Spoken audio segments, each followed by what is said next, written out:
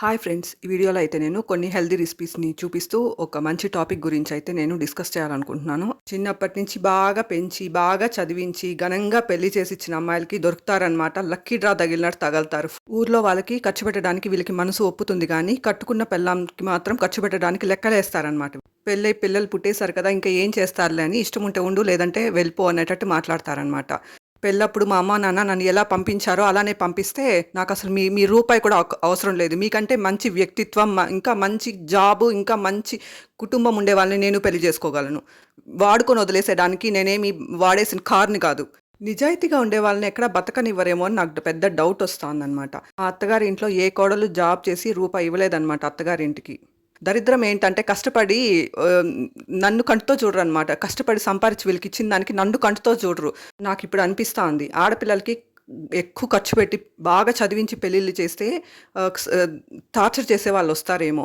అదే అబ్బాయి వాళ్ళనే మీరే చేసుకొని, మీరే ఖర్చు పెట్టుకొని, మీరే చూసుకోండి అనంటే ఖర్చు పెట్టి పెళ్లి చేసుకున్నారు కదా!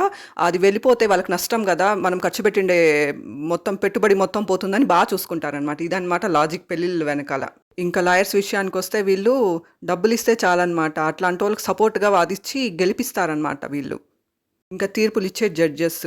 ఆ అమ్మాయికి హెల్త్ బాలేకపోయినా ఫ్యూచర్‌లో జాబ్ చేసుకునే పరిస్థితి కూడా ఉండకపోవచ్చు. అప్పుడు మీ ఇంటికొస్తుంది. మీరు మీరు ఆ అమ్మాయిని చూస్తారా? చూడరు గదా! అలాంటప్పుడు ఈజీగా వీళ్ళు ఎలా తీర్పులిచ్చేస్తారో నాకైతే అర్థం కాదు.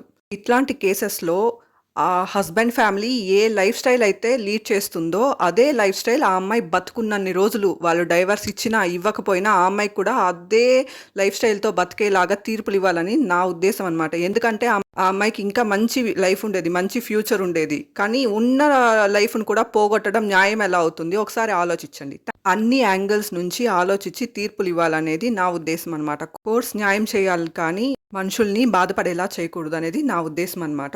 డీప్‌గా ఆలోచిస్తేనే ఇలాంటి ఆలోచనలొస్తాయన్నమాట. Thank you for watching my video. Please subscribe.